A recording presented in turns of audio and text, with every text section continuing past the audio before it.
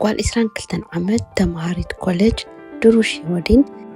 نابتي مارشال فيلد زبال دكوان أتاكتو تسكلا حادة سب أب أفتك نايت دكوان نعسر تحمش دقايق كوفي له كتاتلات انحو كتوت المسرايا دتحرق سعب كل يو أبت كاميرا نايت دكوان زرعي درو كابت دكوان مسكريس عركا تليفون دات زرابت كتوت انكلا اتك كتاتلات انحي دهر إسران سلسن عمتات كابت مأسر تزوت أقبانيا دتحرق سعب كله فزوم آيستو علتن درو كابت دكان وتي أنا بتمكنا أزنا ورطو بطاك تمرحن كلا جنا مسكرس عركا تليفون تزارب سلزنا برد اند على لتوكلا نوعو زي كونا نخالصها حراي كتبلي سامعو دحر هندبت مسمر تعازيو بتحريقو درو أبي كمزة أتوت كي تفلت تسويرا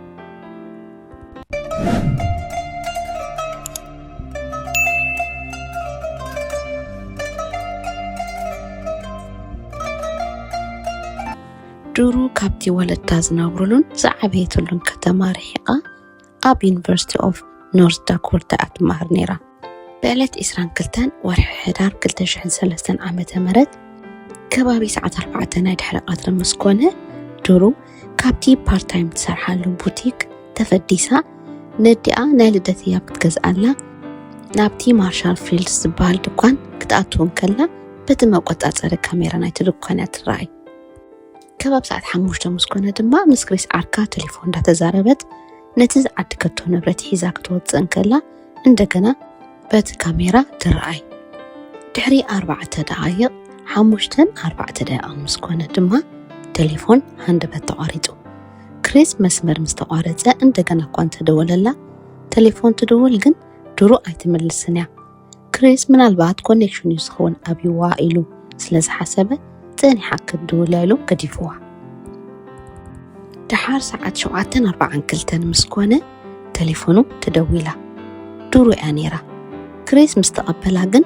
ولا حدا دمت يلن كامسي تليفون كدول كان لخاص سمع تيت زبل دمتن ناي نفاس شش زبل دمتن ترايو سمع نيرو تاني حدما مسمر تعاتيو بدحر زي كريس عركا ناب ليندا أديانو دورو دويلو اتزاقات أما حبيروا ليندا نجم السمعت قوالا أب حداقا كم زلا سلسردا كتتها ناب أبو دورو دويلة حبيراتو دحار ولدا نام محازوتا مسارحتان ممهارتان دويلوم زرع أسب كم زيلا مسارقا قوصو دما نبوليس حبيرو جيزيو كرمت سلز نبرا برد ببسح وريدو بليتو قعزو أشقوار كونت نبرا آلان أبو دروغن ساعات شعاتنا مشات مسكونة ميكينو الإلوئو نابت قوالو تنبرو الكتما قعزو جميرو دهرن حاموش ساعاتات قعزو بباردن قرن دما ساعات كلتنا يوقعتا مسكونة ناب نورث داكورتا بزيحو نابتي دورو مجارش تازارعتو اللبوتا كيدون ترأيه ناي دورو ميكينا أبتو باركين دويلا إرخيبوها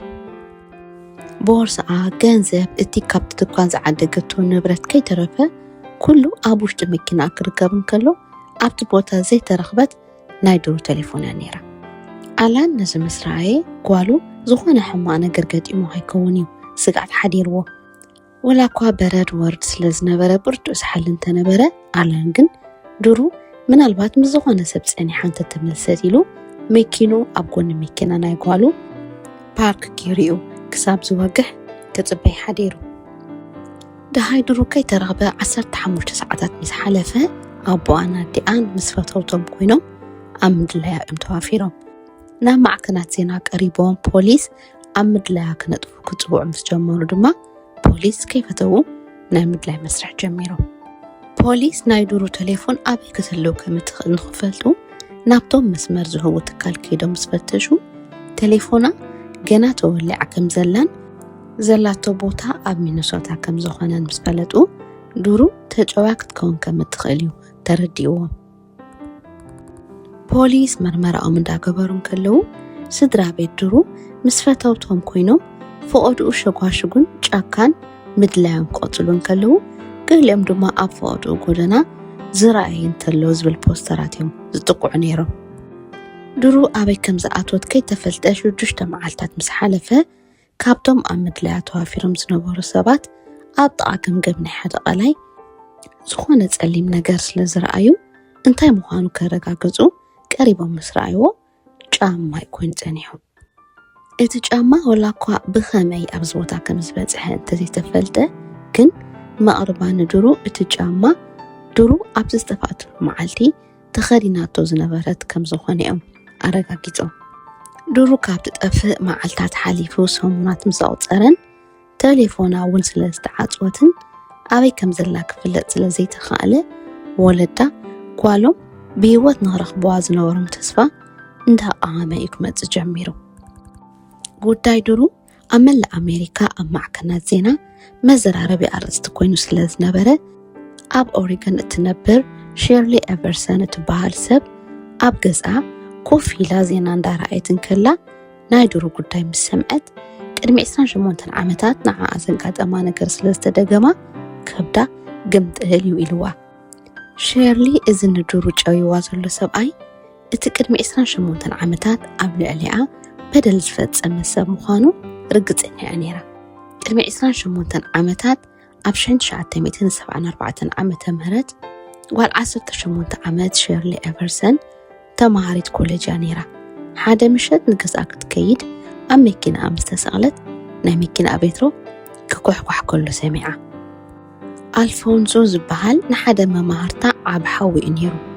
መኪና ስለዚ ሓዝኩ ገዛ ከተብፅሕኒ ምስ በላ ገዝኡ ንእግረ መንገዳ ስለ ዝነበረ ሼርሊ ሕራይላ ሰቂላቶ። ድሓር ግን ኣልፎንዞ ኣብ መንገዲ ብሓይሊ መኪና ደው ኣቢሉ ኣብ ልዕሊኣ ጾታዊ ዓመፅ ፈጺሙ።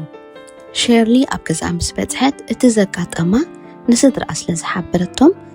ኣልፎንዞ ሮድሪገዝ ብጾታዊ ዓመፅ ተኸሲሱ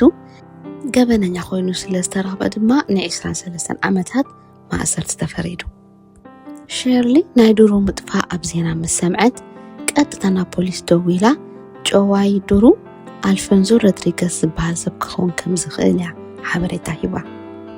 ፖሊስ ብናይ ሼርሊ ሓበሬታ መሰረት ናይ ኣልፎንዞ ሮድሪገዝ ስእሊ ሒዞም ኣብ ምድላይ ተዋፊሮም። ድሓር ኣብቲ ድሩ ዝተፋትሉ መዓልቲ ብመቆፃፀሪ ካሜራ ዝተቐድሐ ቪድዮታት በብሓደ ክፍትሹ ምስ ጀመሩ ሓደ ንኣልፎንዞ ዝመስል ሰብ ኣብ ውሽጢ እቲ ድሩ ዝተፋትሉ ድኳን ኣትዩ ኮለል ዝብልን ድሓር ድማ ኣብቲ ኣፍ ደገ እቲ ድኳን ኮይኑ ዕጢጢ ዝብል ዝነበረ ሰብ እዩ ኣቓልቦም ስሒቡ። እቲ ቪድዮ ንጹር ስለ ዘይነበረን ኣልፎንዞ ምስ ምጥፋእ ድሩ ኢድ ከም ዘለዎ ዘረጋግጹን ወላ ሓደ መርትዖ ስለ ዘይነበሮም እቶም መርመርቲ ገበን ንኣልፎንዞ ኣብ ሚነሶታ ኣብቲ ዝሰርሓሉ ናይ ህንፃ ቦታ ከይዶም ከዘራርቦ ወሲኖም። ድሓር እቶም መርመርቲ ገበን ክምርምርዎ ምስ ጀመሩ ኣልፎንዞ ወላ እኳ ኣብቲ ድሩ ትሽምተሉ ዝነበረ ድኳን ምንባሩ እንተተኣመነ ግን ኣብ ምጥፋእ ድሩ ወላ ሓደ ዝፈልጦ ነገር የብለይን ኢሉ ኣቕቢፅዎ። ንሓደ ለይቲ ኣብ ቤት ማሕሙስ ከም ዝሓድር እኳ እንተገበርዎ ግን ኣብ ምጥፋእ ድሩ ኢድ ከም ዘለዎ ዘረጋግጽ ወላ ሓደ መርትዖ ስለ ዘይነበሮም ንጽባሓይቱ ክፈትሕዎ እዮም ተገዲዶም። እቶም መርመርቲ ገበን ንኣልፎንዞ ከም ቀንዲ ጥርጥር ሒዞምዎ ስለ ዝነበሩ ምናልባት ናብቲ ድሩ ዘላቶ ቦታ እንተመርሖም ኢሎም ገለ ካብኣቶም ን24 ሰዓታት ኩሉ ምንቅስቓሳቱ ክከታተሉ ጀሚሮም። ናይ መፈተሺ ፍቓድ ኣውፂኦም መኪኑ ክፍትሽዋ ምስ ጀመሩ ኣብ ሓደ መፅረይ ኬሚካል ዝመልአ ጥርሙዝ ዝተዓፃፀፍ ካራ ክረኽቡ ከለዉ ነታ መኪና ብጥንቃቐ ምስ ፈተሽዋ እውን ኣብ መጀመርታ ዘይረኣይዎ ኣዝዩ ደቂቕ ነጠብጣብ ደም እዮም ረኺቦም። ምስ ተመርመረ ድማ እቲ ደም ናይ ድሩ ሾዴን ደም ምዃኑ ተረጋጊጹ። ብድሕሪዚ እቶም ዝከታተልዎ ዝነበሩ ኣባላት ፖሊስ ኣብ ትሕቲ ቀይዲ እትዮም ክምርመር ናብ መደበር ፖሊስ ወሲዶሞ። እቶም መርመርቲ ገበን ክምርምርዎ ምስ ጀመሩ ኣልፎንዞ ብፍጹም ምዝራብ ኣብይዎም። መርመርቲ ገበን ምምርማሮም ክቕጽሉ ከለዉ ስድራ ቤታን ፈተውታን ድሩ እውን ናይ ምድላይ ስርሖም ኣየቋረጹን ነይሮም። ድሩ ካብቲ ጠፍእ 147 መዓልታት ምስ ሓለፈ ንሓደ ኣባል ፖሊስ ኣብ ሓደ ካብ ጽርግያ እልይ ዝበለ ቦታ እንዳፈተሸ ከሎ ዝኾነ ነገር እዩ ኣቓልቦ ስሒብዎ። ድሓር ቀሪቦም ምስ ረኣዮ ሬሳ ናይ ሰብ ምዃኑ ኣረጋጊጹ። ናይ ሬሳ ምርመራ ምስ ተገብረ ድማ እቲ ሬሳ ናይ ድሩ ሾድን ምዃኑ ተረጋጊጹ። ድሩ ንወለዳ ሓንቲ ስለ ዝነበረት ሬሳኣ ከም ዝተረኸበ ምስ ተሓበሩ ወለዳ موت ጓሎም مقبالو ብጣዕሚ እዩ ከቢድዎም እቶም መርመርቲ ገበን ነቲ መቆጻጸሪ ካሜራ ናይቲ ዱሩ ቅድመ ምጥፋእ ዝነበረቶ ድኳን ምስ ፈተሽዎ አልፎንዞ ኣብቲ ውሽጢ እቲ ድኳን እንዳኾለለ እቲ ህደን ጓል ኣንስተይቲ ክደሊ ከሎ እዩ ዝረኣይ ድሓር ቁሩብ ጸኒሑ ን15 ደቂቕ ዝኸውን ኣብቲ ኣፍ ደገ ናይቲ ድኳን ኮፍ ኢሉ ነቲ ዝኣትዋን ዝወፃን ዝነበራ ደቂ ኣንስትዮ